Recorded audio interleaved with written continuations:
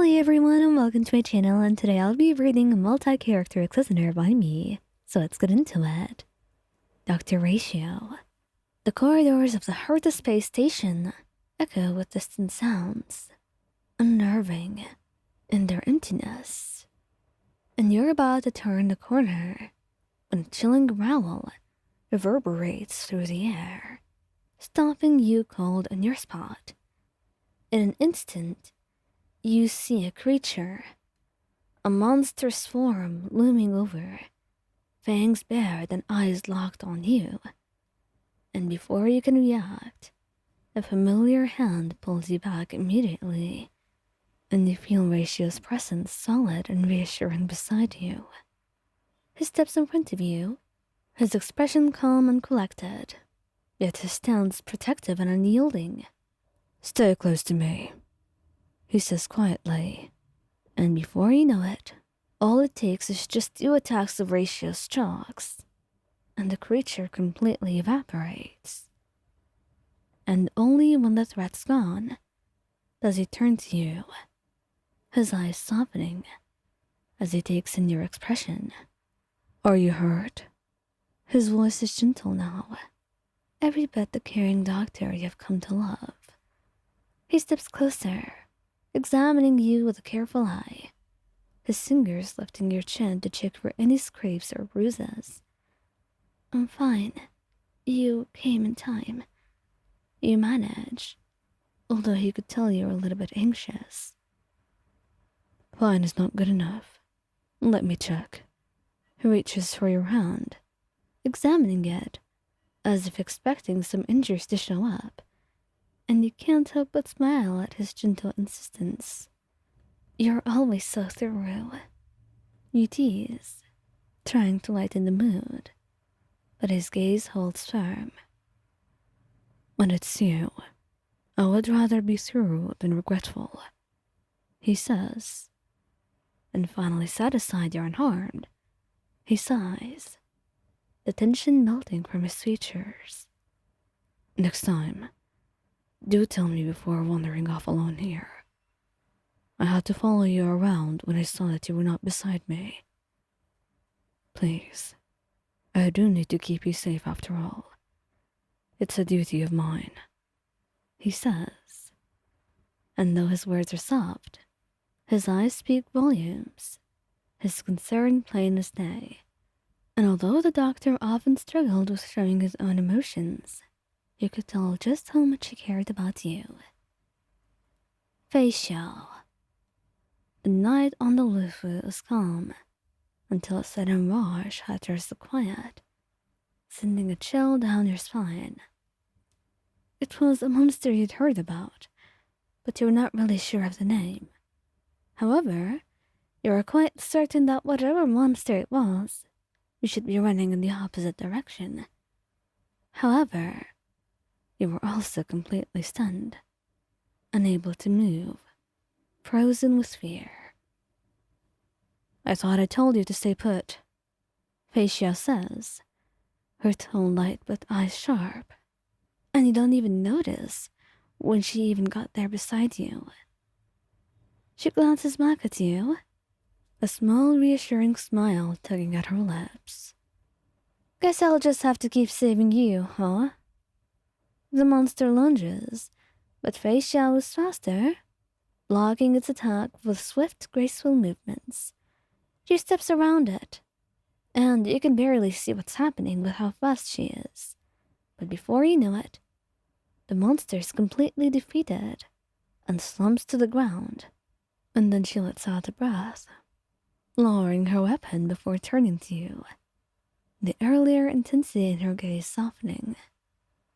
"Still with me?" she asks, walking over and brushing a hand gently over your arm. And when you don't answer immediately, she chuckles. "Oh, was it that scary? Look at you all wide-eyed. I should bring you on my missions more often. You make quite the adorable audience." You finally manage to laugh at her amusement, though it's a little bit shaky, and she smiles, the warmth in her gaze reassuring.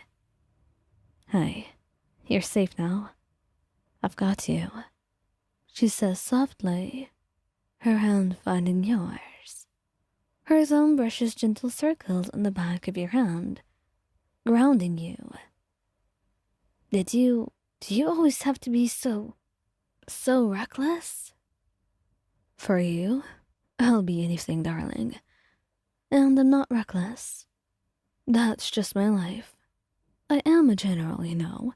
You often seem to forget that, she says. And with a little grin, she presses a soft kiss to your cheek. Besides, I'd never let anything touch you. Don't you worry about it. A blush creeps up your face, and she laughs, squeezing your hand. Come on now, let's get you back. I'll stay right here. Gotta make sure there are no more of them. You can wait for me at home. I'll be right back, and I'll make sure to reward you, she says, giving you a wink, and you can't help but blush a little bit, nodding as you leave, knowing she will soon follow you right behind. Heng, you're quite certain that someone was following you, or something. You saw the shadow, but whenever you glanced back, you couldn't see anything at all. So the only thing you could do was quicken your pace, casting wary glances into the dark. But it was far too late, because you sense movement, and then a shadowed figure lunges from the darkness. And before you can react, strong arms pull you back, shielding you as Heng steps between you and the attacker. Stay down, he murmurs, voice low but firm, the quiet strength in his tone, calming a bit of the panic swelling inside you. The assailant strikes, but he's no match for him, because Heng deflects the attack effortlessly, his spear spinning with lethal precision. Each move of his is fluid, precise, and somehow beautiful like a dance. His focus is unbroken as he pushes your attacker back, and within just a couple minutes, it's over before you know it. And then, once the assailant is subdued, he turns back around, his shoulders easing as he finally turns to you. Are you alright? He asks, putting a hand on your shoulder, his fingers tracing lightly as if searching for any sign of injury. And you nod, but the tremor in your hands betrays you, and he immediately notices. It's alright. It's over now, he says softly, letting his hand linger on your shoulder, grounding you in his presence. And the quiet reassurance in his words makes you exhale, a tension you had not realized you were holding, leaving you all at once. He was not the best with words, but he still wanted to reassure you. And when you met his eyes, there was an intensity there, a rare vulnerability that he usually keeps guarded. And he steps closer, brushing a stray lock of hair from your face. I'd never let anything happen to you. You can trust me on that, he says, his voice barely a whisper, yet filled with an unspoken promise. And next time, let me know if you're going out alone, he says, his usual calm demeanor replaced by rare softness, and you can't help but smile. I'll make sure of it, you say, and he nods.